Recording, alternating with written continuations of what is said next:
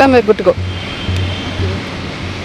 So, let's talk about what it means to be a good ally to the Me Too movement. For about 2 years now, we've all had questions thrown at us about believing a survivor and what it means to believe a survivor. Why should we believe a survivor just on her word? As far as I'm concerned, if you want to be an ally to the movement, and if you want to be not just a movement, if you want to be an ally to making workspaces in any space safer for women as well as everyone else, believing the survivor is probably the first step. Not being believed or being called a liar is one of the biggest fears survivors have, and it can compel them into silence for years. Since they are the ones who are paying a very big price professionally, socially, emotionally, it's really difficult for them to take it forward.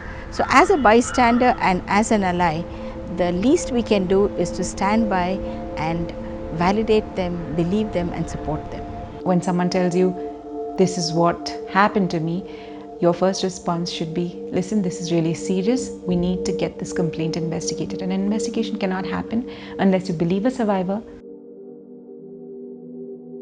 Survivors speak up for different reasons. They may speak up for catharsis, to bring their alleged harasser to justice, or for warning others, even if anonymously. And while it's natural for you to be curious to know who they are and what made them tell their story now, it's not up to you to tell their story. Your personal stand aside, you cannot force them to take in any legal position on this issue.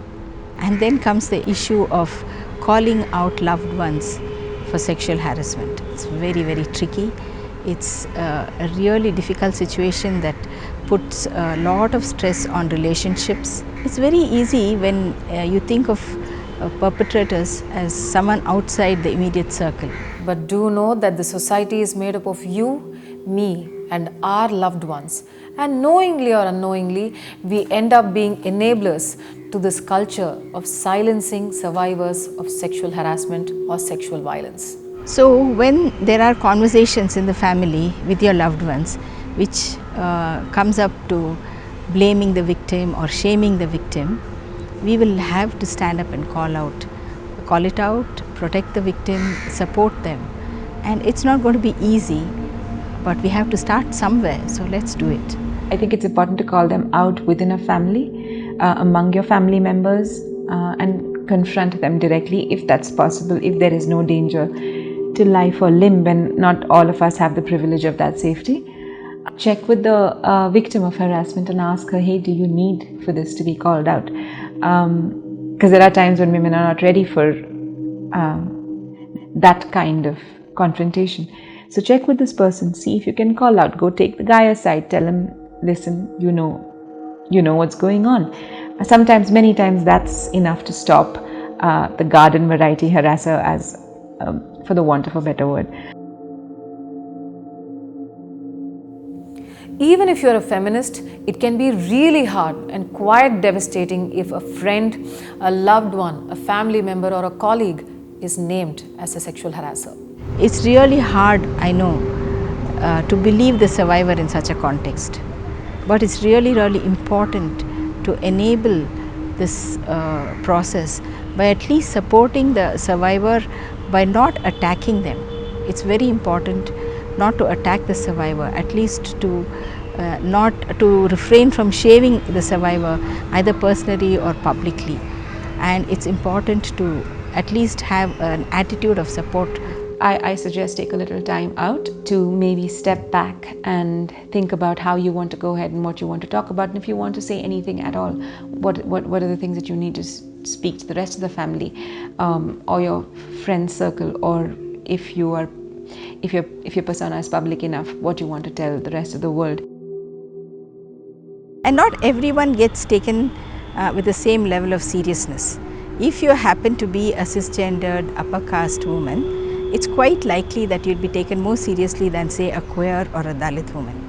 That's how societal privilege works. And so therefore, it's important for those of us who are more privileged than others to acknowledge it, to be aware of it, and then not work to silence voices of those who are at a disadvantage in society. You can use, in fact, this privilege to enhance their voice and to enable them to access justice better.